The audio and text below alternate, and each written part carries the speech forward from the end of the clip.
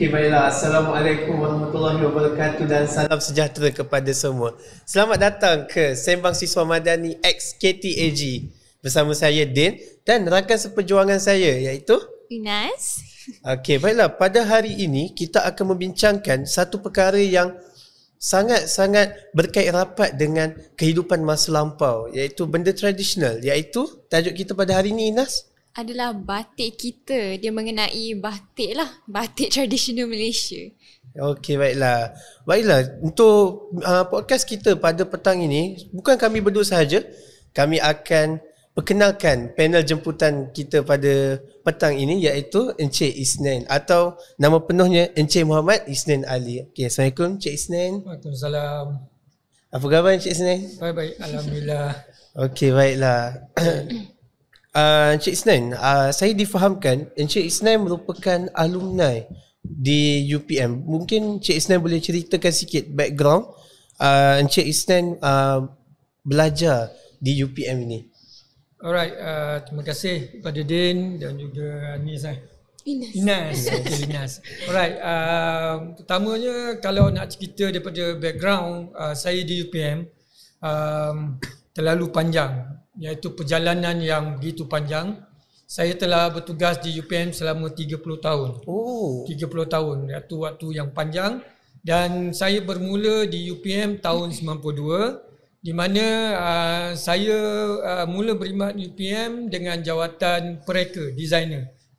Selepas itu saya naik pangkat jadi penolong pegawai seni reka dan saya ditugaskan di Dewan Besar ataupun Pusat Kebudayaan Kesenian Sultan Salahuddin Abdul Aziz Shah, PKKSSAAS. Panjang Okey. PKSAS. Yes. So dekat situ saya terlibat dalam program kebudayaan dan kesenian dan juga communication. So bila kita lihat communication selalu kan, so kita pun ada cita-cita kita nak juga berkonvo kan. So saya mula belajar. Okay. Saya belajar di UPM iaitu di Fakulti Bahasa Moden dan Komunikasi, mengambil Bachelor Linguistik Bahasa Melayu. So selepas tu saya sambung buat Master Bahasa Melayu dan selepas habis bergraduat saya mohon jawatan sebagai pegawai tadbir. Itu yang bila tengok kenapa pegawai tadbir lepas tu jadi pereka pula kan. So background saya memang arts lah. So kalau bercerita tentang alumni, saya rasa kita bermula dengan sebagai pelajar eksekutif dululah. So sekarang saya masih lagi walaupun sekarang saya telah bersara pada tahun 2022 bersara pilihan, namun saya masih lagi alumni lah dan terlibat banyak dalam program-program alumni UPM. Okey, baik. Okey, macam tadi Encik Isnin dah ceritakan background Encik Isnin di UPM sebagai pegawai dan juga sebagai pelajar. Tapi seperti yang kami faham kan, iaitu Encik Isnin telah menceburi bidang mencanting batik.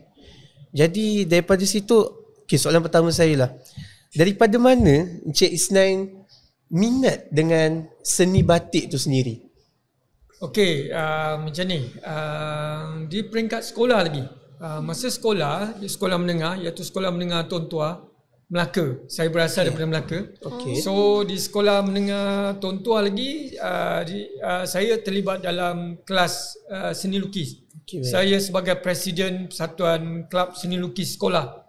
So, minat pada seni itu memang daripada sekolah lagi lah. So selepas tu saya ditawarkan untuk melanjutkan pelajaran di Perbadanan Kemajuan Kraftangan Malaysia, PKKM. Dulu PKKM. Sekarang nama barunya Institut Kraft Negara, IKN. Okay.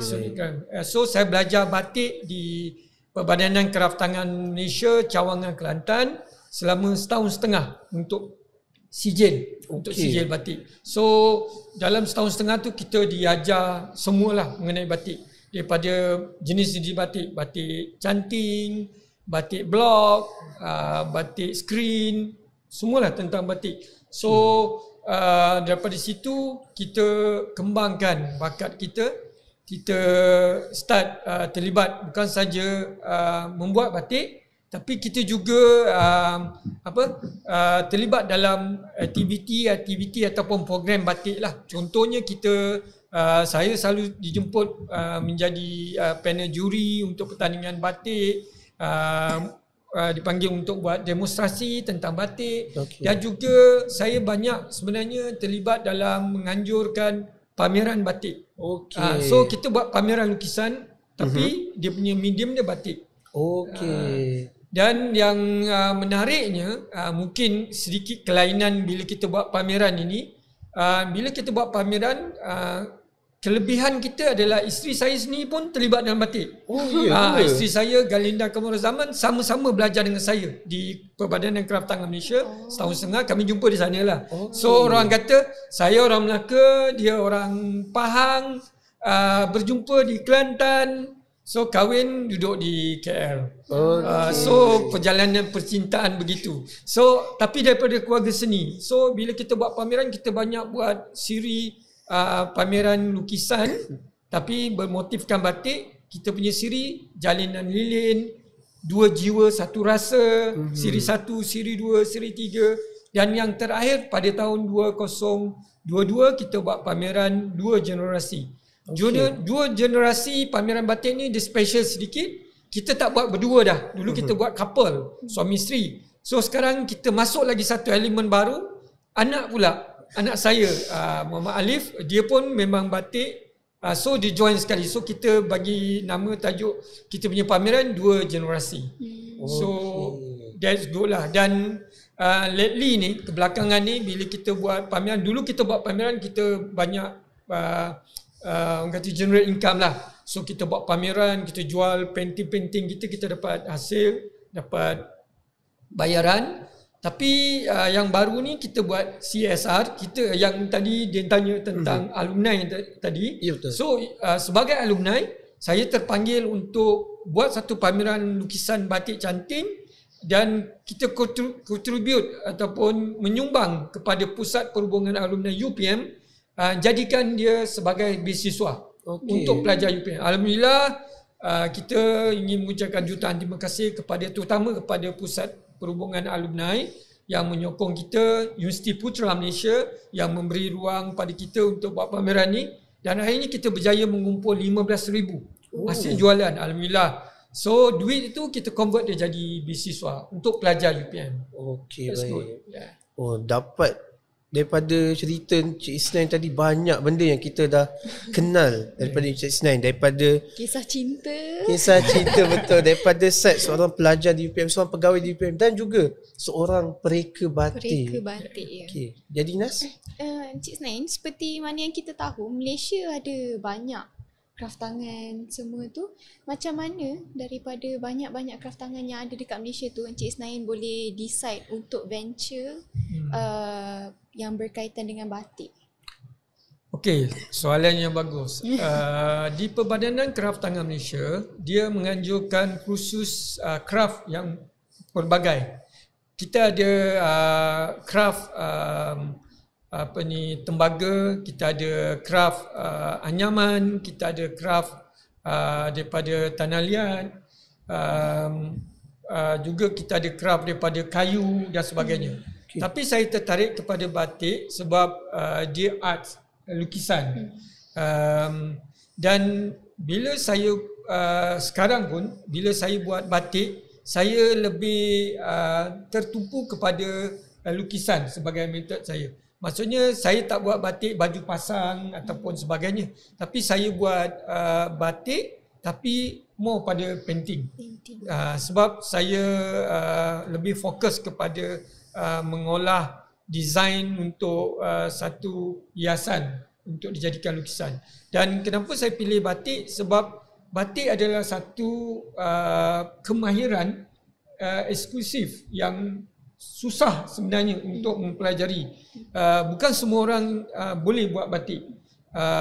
Dia memerlukan latihan dan juga skill yang tinggi, kemahiran yang tinggi.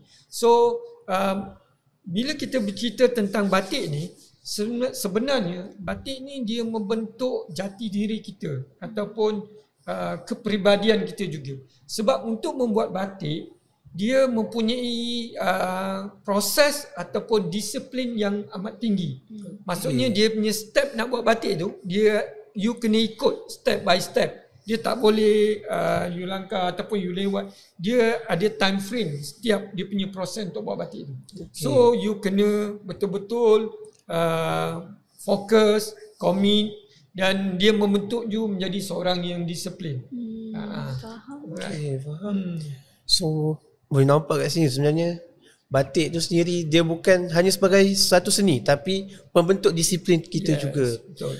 Okay, macam tadi Encik Isnin ada cerita pasal jenis-jenis batik ni, batik blok semua tu kan. Macam mungkin Encik Isnin boleh ceritakan 3 jenis batik dan macam apa beza 3 jenis tu? Okey, batik yang saya fokus ataupun strength ataupun yang saya buat sekarang adalah batik lukis. Dia batik ni dia banyak perkataan yang digunakan similar. Contohnya batik lukis juga dikenali sebagai batik canting. Okey. Begitu juga dengan batik blok. Batik blok ada juga dikenali sebagai batik terap. Dan juga batik pukul. So nama banyak. So kalau dekat sini kita nak bezakan 3 batik, contohnya batik canting, batik blok dan batik screen. Okay, kita ambil 3 tu. Okay, batik canting dia menggunakan teknik lukisan, melukis, draw, free, dia terus melukis atas kain. So dia menggunakan canting itu sebagai pen ataupun pensel untuk melukis. Okay. Sementara batik blok dia menggunakan blok yang geometri. Maksudnya dah ada blok dia. So ada acuannya, you just trap je. Chop je. So sementara batik screen ni dia menggunakan screen lah, peralatan yang besar, dan kalau kita tengok yang moden sekarang dia dah gunakan mesin lah. So you boleh guna, itu antara yang kita boleh bezakan lah. So batik ni bukan saja daripada jenis, tapi batik juga dia ada teknik-teknik digunakan untuk mencantikkan atau bagaimana kita nak menjadikan batik itu menarik lah. Contoh dalam batik canting sendiri kan. Batik canting sendiri pun kita ada banyak teknik yang kita boleh gunakan. Contoh kita boleh gunakan teknik overlap, teknik bubble, teknik cracker, teknik pelangi, banyak teknik. Itu belum jenis. Lepas tu teknik atas batik pula dia ada banyak. Sebab tu kalau batik ni mungkin Din tak tanya saya ataupun apa? Inas tak tanya saya, Inas. Tapi kalau sebenarnya untuk batik ni dia bukan saja jenis-jenis saja, tapi batik ni dia banyak juga teknik. Sebab tu soalan yang banyak tanya dengan saya. Kalau saya adalah juga tenaga pengajar di UPM. Saya mengajar kelas koko untuk batik canting dan juga saya mengajar untuk warga emas di Institut Penuaan Malaysia di bawah projek UNESCO Bahasa-Bahasa Bersatu warga emas mengenai batik. So lama, saya dekat 10 tahun lebih dah mengajar. Lama. So dalam kelas saya ramai pelajar yang tanya kenapa tuan, kenapa batik mahal? Ramai yang tanya saya, kenapa batik itu mahal? Jawapannya, batik mahal sebab batik adalah satu craft ataupun produk yang eksklusif. Maksudnya design yang kita ada pada satu-satu batik itu, dia dilukis secara manual dan dia satu piece tu untuk satu design tu untuk satu batik tu saja. Sebab tu dia eksklusif. Tu satu. Dia segi kemahiran ataupun teknik cara nak buat dia. Dia susah. Satu. Second is dia batik ni mahal disebabkan bahan mentah untuk membuat batik ni sendiri. Sebab bahan mentah dia mahal. Sebab bahan mentah ni semua kita import daripada luar negara. Contoh color, warna yang kita gunakan untuk mewarna batik, kita import daripada Jerman. Yes. Jauh. Yes. Jauh tu satu part, tapi harga dia dengan mata wang kita, dan juga kita kena import daripada luar. Satu. Kedua, kain yang kita gunakan selalunya kalau batik yang berkualiti, kita gunakan kain sutra. Kain sutra, kain rayon, dan kain-kain ini kita import juga. Kita import daripada China. China pula. Yes. So maksudnya bahan mentah itu sendiri semua datang daripada luar negara. So sebab tu batik adalah satu produk yang eksklusif, dan sebab tu harga dia mahal sedikit. Tapi sesungguhnya orang yang memiliki batik, orang yang mencintai batik, yang menghargai batik, you tak rugi. Sebab batik adalah salah satu produk yang eksklusif lah. Dan kita nak ucap terima kasih juga pada pelajar, terutama Din dan Ines. Saya dengan perempuan ni, nama perempuan saya selalu lupa. Saya tak tahu, itu kelemahan saya lah. Mungkin tak tahulah kan. Itu memang saya, mana-mana nama perempuan saya rasa banyak kali saya kalau Syafinas lagi. Yes. Okay, yang saya nak ucap terima kasih pada you all, pelajar-pelajar yang meminati batik. Dan yang paling penting, sokongan daripada pihak pengurusan UPM untuk memertabatkan batik. Dan juga kita sekarang bersyukur juga sebab pihak kerajaan pun sama-sama menyokong, di mana kalau kita lihat sekarang batik setiap hari Khamis, semua staf kerajaan diminta untuk pakai batik. Dan yang best sekali sekarang, dalam parlimen kita punya MP ahli majlis kita punya ahli parlimen semua pakai batik hari Khamis. Dan itu sebagai satu titik permulaan yang menyokong industri batik di Malaysia lah. Kemudian tadi Encik Isnan ada sentuh mengenai teknik batik, dan seperti mana yang kita tahu, artis selalunya diorang punya signature teknik. Kalau Encik Isnan ada signature teknik ke? Okey, untuk batik ni dia sebenarnya macam saya sendiri, kita berubah mengikut keadaan ataupun mengikut peredaran zaman. Macam saya, pada mula-mula saya terlibat dalam batik ini, saya lebih kepada design flora dan fauna, di mana saya banyak menggunakan tumbuh-tumbuhan. Saya banyak menggunakan bunga-bunga, tumbuh-tumbuhan, kehidupan hutan dan sebagainya. Dan selepas tu saya bergerak ke satu fasa pula. Saya menggunakan elemen khat Islamik. Saya masuk khat dalam batik saya. Saya banyak menggunakan elemen-elemen khat. Dan sekarang ini saya bergerak ke satu fasa yang baru. Saya menggunakan elemen ataupun motif keris sebagai perlambangan perjuangan. Mungkin ialah kita dah matang ini, kita dah berusia ni, so kita lebih melihat kepada perubahan ataupun situasi semasa, perjuangan mengenai bangsa, perjuangan mengenai kehidupan. Dan keris adalah satu perlambangan perjuangan di zaman dahulu lagi. Apatah lagi saya berasal dari Melaka, so kata darah hantua tu ada di situ. So perlambangan keris tu cukup kuat untuk saya menggunakan elemen keris tu dalam design saya lah. Okey, baik. Okey, macam tadi banyak kisahnya yang kita dapat tahu daripada Encik Isnan berkaitan batik dari segi teknik, jenis dan sebagainya. Okey, yang ni saya nak minta pendapat Encik Isnan lah. Untuk zaman sekarang lah, bagi Encik Isnan, populariti batik tu semakin baik atau semakin dilupakan? Okey, nak suruh saya jawab saya jujur ke ataupun tidak? Kalau saya ada jujur lah. Mengikut realiti sekarang lah. Okey, kalau secara jujurnya, yalah, saya daripada sahabat-sahabat saya yang sama-sama belajar, kami ramai juga pengusaha-pengusaha batik yang masih ada lagi.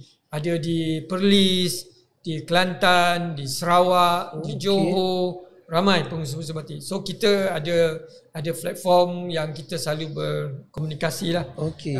Berbincang tentang hal batik, industri batik. So kalau tanya saya secara jujurnya, dalam keadaan sekarang ini, dengan keadaan ekonomi, macam saya cakap awal tadi lah, batik ni kenapa mahal? Antara sebabnya adalah bahan mentah yang kita import daripada luar. Ya, betul. So bila kita import daripada luar, penukaran mata wang juga memainkan peranan. Jadi bila mata wang kita jatuh, so harga bahan mentah tu mahal lah bila kita import. Itu menyebabkan kos batik dia meningkat. Sedangkan dalam keadaan sekarang ini, kita harus ingat dan harus sedar dan menerima kenyataan bahawa batik sebenarnya, kalau peringkat awal ni sepatut saya kena maklum, asal usul batik di Malaysia, batik berasal daripada Indonesia.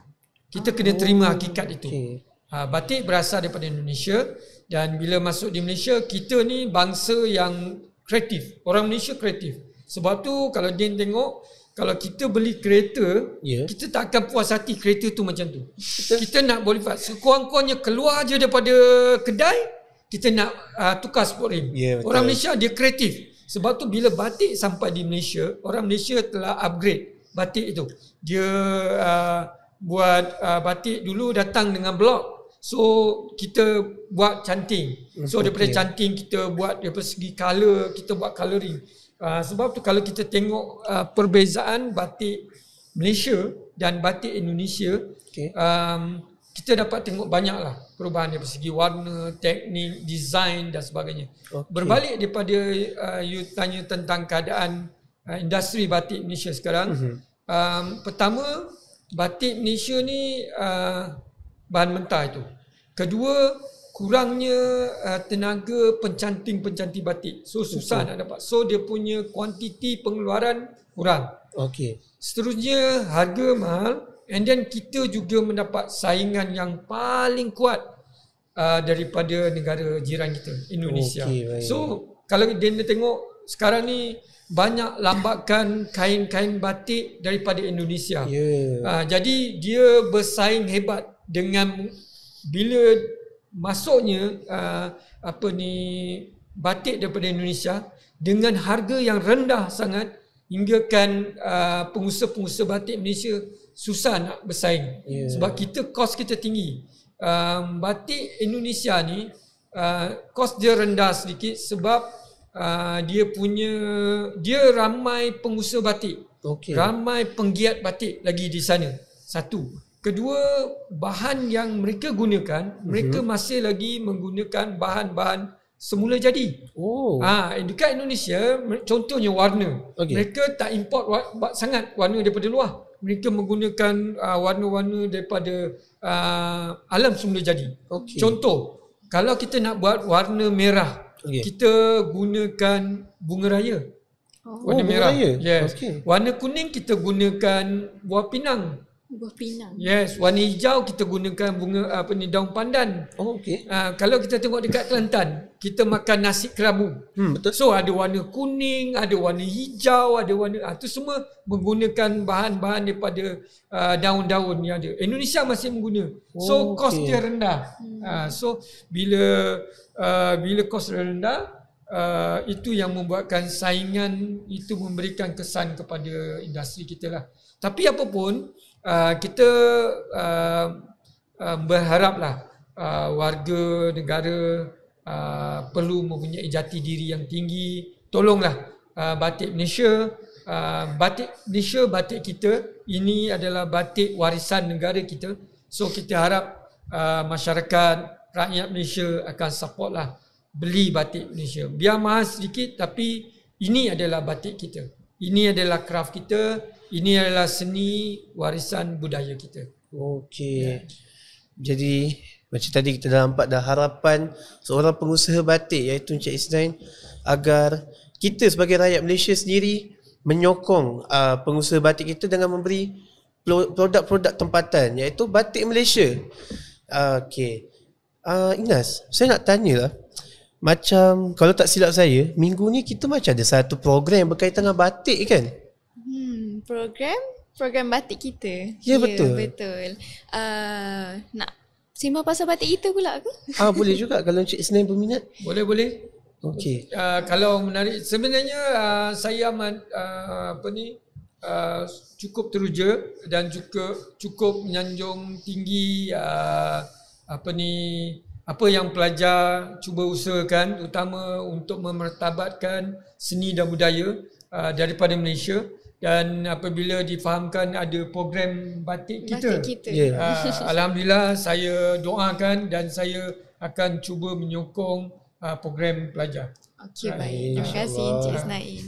Okey, basically batik kita ni merupakan pertandingan mewarna batik dan ia terbuka kepada 3 kategori lah, iaitu pertama sekali adalah kategori pelajar tempatan UPM, pelajar antarabangsa UPM dan juga pelajar sekolah menengah di sekitar Selangor lah. Okey. Dan pertandingan ini memang tujuan kita adalah untuk memartabatkan seni batik dan kita sendiri nak naikkan lagi populariti batik di Malaysia khususnya dalam kalangan pelajar. Okay, so untuk program batik kita ni kita dapat nampak dia sebenarnya satu medium untuk generasi muda daripada pelajar sekolah menengah juga dan juga pelajar tempatan dan malah pelajar antarabangsa untuk kita memperkenalkan apa itu batik Malaysia. Dan cara ni bagi saya lah, dia dapat meningkatkan lagi populariti batik Malaysia tu sendiri berbanding batik negara jiran kita. Jadi yang saya ingat pendaftaran masih terbuka kan? Betul, pendaftaran masih terbuka. Jadi pendaftaran masih lagi dibuka. Jadi kepada semua pelajar-pelajar UPM, tak kisahlah pelajar antarabangsa ataupun pelajar tempatan, kalau anda berminat anda boleh berdaftar untuk menjadi seorang peserta bagi program batik kita. Jadi saya rasa itu sahaja cerita kita pada petang ini. Dan lagi satu saya nak tambah, untuk peserta yang menyertai batik kita ni, anda semua dapat membawa pulang kanvas batik yang dihasilkan dan juga anda berpeluang untuk membawa pulang hasil hadiah wang tunai juga. Hadiah yang lumayan jugalah ya. Hadiah yang lumayan juga. Bagi pelajar, duit tu boleh guna untuk makan bagi sebulan tak adalah. Beberapa minggu lah. Okey, ada halang-halang sekarang ni bulan Syawal, mungkinlah hadiah tu macam duit raya lah. Itulah. Okey, jadi saya rasa itu sahaja perbincangan kita pada petang ini. Jadi saya nak ucapkan terima kasih kepada Encik Isnain kerana sudi untuk menjadi seorang panel bagi podcast kita pada petang ini. Jadi saya rasa itu sahaja podcast kita pada petang ini.